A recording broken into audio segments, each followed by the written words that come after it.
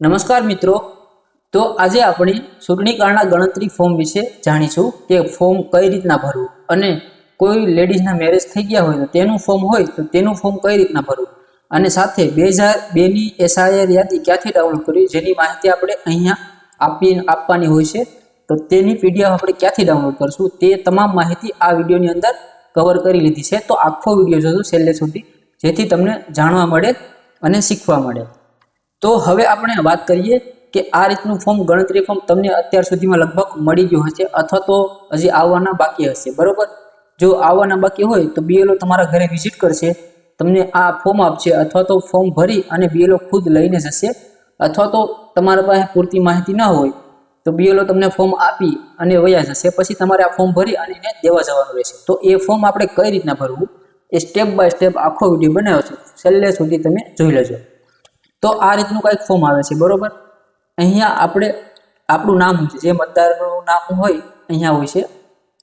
ધારો કે મારું હોય તો મારું નામ અહીંયા હોય, એડ્રેસ હોય અને મતદાર ઓળખ નંબર હોય, બરોબર. ત્યારબાદ અહીંયા અનુક્રમ નંબર, ભાગ નંબર, વિધાનસભા અને રાજ્યનું નામ એ બધું અહીંયા આપેલું છે.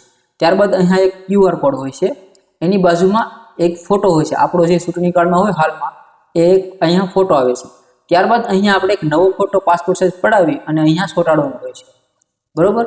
ત્યારબાદ વાત કરીએ કે અહીંયા ડિટેલ કોની ભરવાની, તો એટલામાં ડિટેલ છે, એટલામાં એ આપણી ભરવાની ખુદની, જેનું અહીંયા નામ હોય એની ડિટેલ અહીંયા ભરવાની છે, બરોબર. તો જે ડિટેલ માંગે એ બધી ડિટેલ આપણે ભરવી પડશે. તો સૌથી પહેલા મિત્રો અહીંયા જન્મ તારીખ લખી છે, તો આપણી જે પણ જન્મ તારીખ હોય એ અહીંયા આ બોક્સમાં લખવાની રહેશે.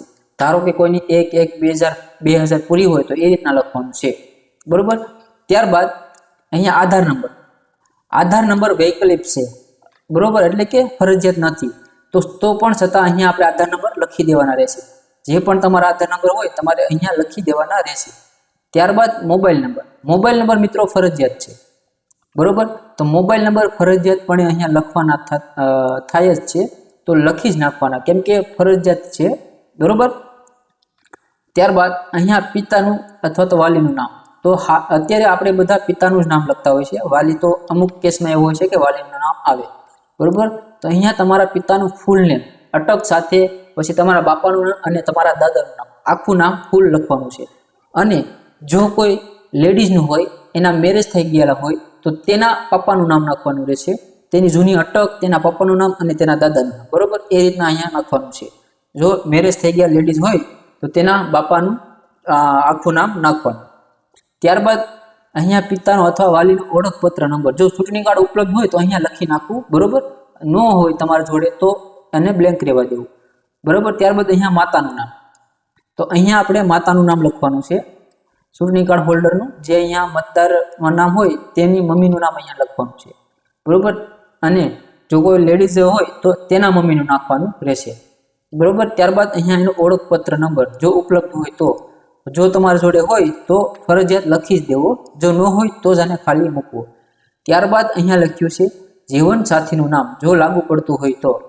જો એવા કેસમાં જો અહીંયા મતદારનું નામ છે, જો તેના લગ્ન થઈ ગયેલા છે, મેરેજ, તેના જીવન સાથીનું નામ, ધારો કે કોઈ પુરુષ હોય એના લગ્ન થઈ ગયા હોય તો એના પત્નીનું નામ અહીંયા નાખવાનું છે. અને કોઈ લેડીઝ હોય તેના લગ્ન થઈ ગયા હોય તો તેના પતિનું નામ અહીંયા નાખવાનું હોય છે, બરોબર. ત્યારબાદ તેનો જીવનસાથીનો મતદાર ઓળખ નંબર, જો અત્યારે હાજર હોય તો લખી દેવો ફરજિયાત, કેમ કે ડિટેલ જે માંગે છે એ આપણે દઈ દેવી સારી, જેનાથી કંઈ વાંધો ના આવે, બરોબર. ત્યારબાદ અહીંયા આપણે નીચે આવી જઈએ તો અહીંયા લખ્યું છે છેલ્લા એસઆઈઆરની મતદાર યાદીમાં મતદારની વિગતો. તો છેલ્લા મતદાર યાદી એટલે કે 2002ની યાદી, તો 2002ની યાદીમાં જેનું નામ હોય તો અહીંયા આપણી ડિટેલ લખવાની છે. જો આપણું નામ હોય 2002ની યાદીમાં તો જ અહીંયા લખવાનું છે. જો આપણું ખુદનું નામ ન હોય અને બાપુજીનું અથવા ગમે મમ્મી પપ્પાનું ગમેનું હોય તો અહીંયા લખવાનું છે, બરોબર. જો આપણું 2002ની યાદીમાં ખુદનું નામ આવે તો જ અહીંયા લખવાનું છે, બાકી આને આપણે એમને રહેવા દેવાનું છે બ્લેન્ક, આને કંઈ લખવાનું નથી, બરોબર. અહીંયા આપણા પપ્પાનું અથવા દાદાનું નામ હોય 2002ની યાદીમાં તો એ અહીંયા લખી નાખવાનું છે. હવે 2002ની યાદી ક્યાંથી ડાઉનલોડ કરવી એ તમે વિચારતા હશો, તો એ પણ તમને કહી દઉં. તો આપણે ક્રોમ બ્રાઉઝર અથવા ગમે તે બ્રાઉઝર હોય તમારે તમારી રીતે ઓપન કરી લેવાનું, મોબાઈલ હોય કે ગમે તે, બરોબર. ત્યારબાદ અહીંયા આવી જવાનું છે, અને જો આની લિંક હું તમને ડિસ્ક્રિપ્શનમાં આપી દઈ, ત્યાંથી તમે ડાયરેક્ટ આ વેબસાઇટ ઉપર આવી જશો. અહીંયા લખેલું છે search your name in last SIR, અહીંયા આપણે ક્લિક કરશું. ત્યારબાદ અહીંયા આપણે ગુજરાત સિલેક્ટ કરી લેશું.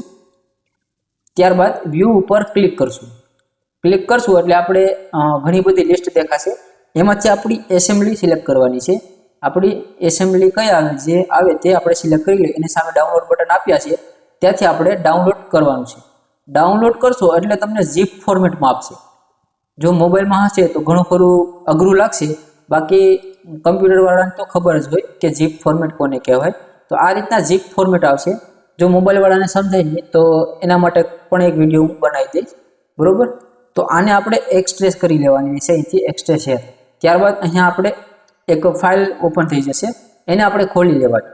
તો આપણા એસેમ્બલી એટલે કે આપણા તાલુકાના જે પણ ગામડા લાગુ પડતા હોય તે તમામ અહીંયા આવી ગયેલા છે. આપણી એસેમ્બલીમાં જે પણ લાગુ પડતું હોય તે બધા ગામડાની લિસ્ટ 2002ની અહીંયા આવી ગઈ છે. હવે આપણે આમાંથી આપણા ગામની યાદી ગોતવાની છે, જે હોય તે, બરોબર.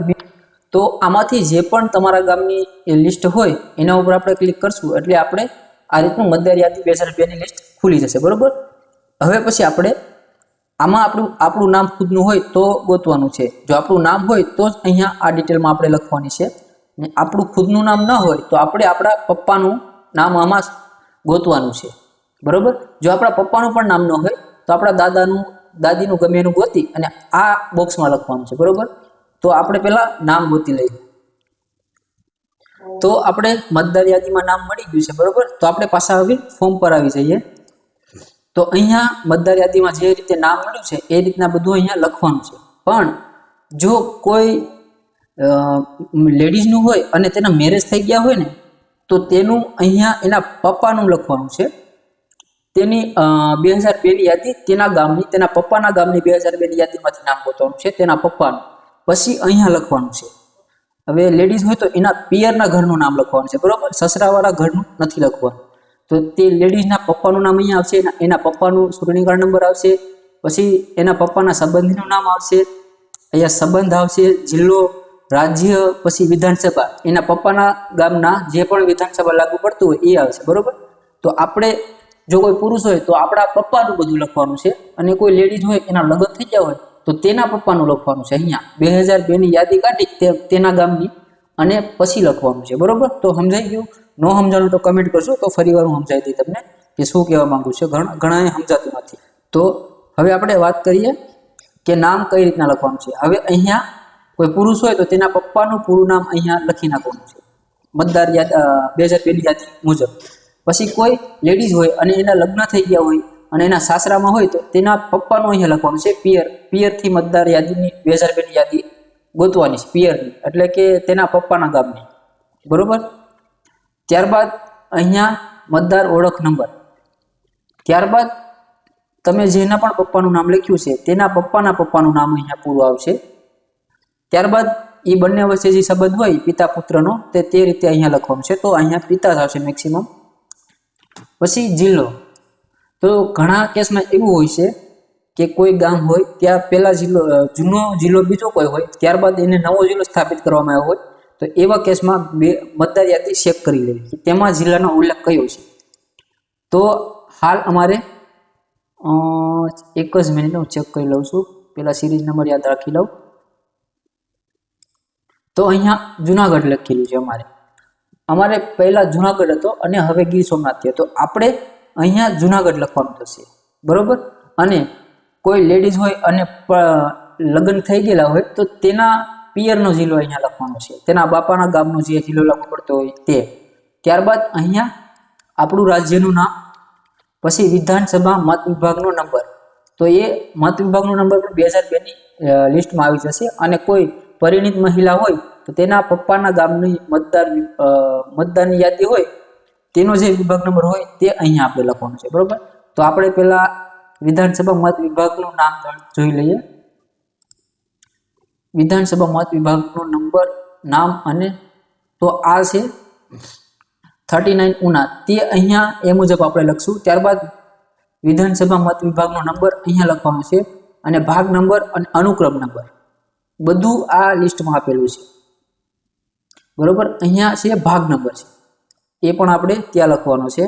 ત્યારબાદ અનુક્રમ નંબર, ત્યારબાદ આપણે અનુક્રમ નંબર, તો અનુક્રમ નંબર અહીંયા આપેલા હોય છે 1 2 3 એ રીતના લખેલો હોય છે. પહેલી લીટીમાં એ અનુક્રમ નંબર હોય છે. જેટલા ક્રમ ઉપર હોય તે ક્રમ આપણે ગોતી અને એ અનુક્રમ અહીંયા લખવાનો છે. જેટલા પણ ક્રમ નંબર ધારો કે અમારે કેટલા ક્રમ ઉપર છે હું તમને બતાવી દઉં. તો અમારે આમાં અનુક્રમ નંબર 974 છે, તો 974 હું અહીં લખીશ બરોબર. જે પ્રમાણે આપણે મત 2002 ની યાદી છે એ પ્રમાણે આમાં નામ લખવાનું છે. તો બરોબર બધીને સમજાઈ ગયો છે. હજી ન સમજાણું હોય તો મને કમેન્ટ કરજો બરોબર. આમાં બોલવામાં ઘણું ખરું મને ભૂલ પડતી હશે તો તમે કમેન્ટ કરજો મને કે હું નથી સમજાણું. અને આમાં ખાસ કરીને જો કોઈ લેડીઝ પરણી ગયેલા હોય, એના લગ્ન થઈ ગયા હોય તો તેના પપ્પાનું નામ નાખવાનું છે. તેના પપ્પાના ગામની 2002 ની મતદાર યાદીમાંથી તેના પપ્પાનું નામ ગોતી અને પછી આમાં નાખવાનું હોય છે બરોબર. ત્યારબાદ જો તમારું નામ ખુદનું 2002 ની યાદીમાં છે તો અહીંયા તમારે લખી દેવાનું છે, બાકી આને બ્લેન્ક છોડી દેવાનું થાય છે બરોબર. ત્યારબાદ હવે અહીંયા નીચે આવી જશું આપણે તો અહીંયા આપણે સાઇન અથવા તો ડાબા હાથના અંગૂઠાનું નિશાન અહીંયા કરવાનું છે અને સાથે તારીખ, સાઇન સાથે તારીખ લખવાની છે. અને એવું લાગે તો નામ પણ આપી દેવું કે કોણે સાઇન કરી છે બરોબર. અંગૂઠો માર્યો છે, અંગૂઠો મારે તો તેવા કિસ્સામાં. બાકી સાઇન કરતા હોય તો નામની કઈ જરૂર નથી, પણ તારીખ સાથે આપવી જરૂરી છે. હવે અહીંયા BLO ની સાઇન આવશે, એ BLO કરી દેશે બરોબર. તો આજ માટે આટલું. હવે આપણે મળશું એક નવા વિડીયોમાં બરોબર. આમાં તમને કેવો લાગ્યો વિડીયો એ પણ મને બતાવજો. અને ઘણું ખરું આમાં હું બોલવામાં મિસ્ટેક કરી જાઉં છું, કેમ કે નવા હોય એટલે બહુ મિસ્ટેક થાય. હજી મને બોલવામાં ફાવ પડી નથી. ઓકે, તો હવે રજા લઉં છું. હવે મળશું આપણે એક નવા વિડીયોમાં બરોબર. કોઈ નવો ટોપિક હોય તો મને કમેન્ટમાં કહેજો કે આના વિશે બનાવો, તો આપણે બનાવી દઈશું.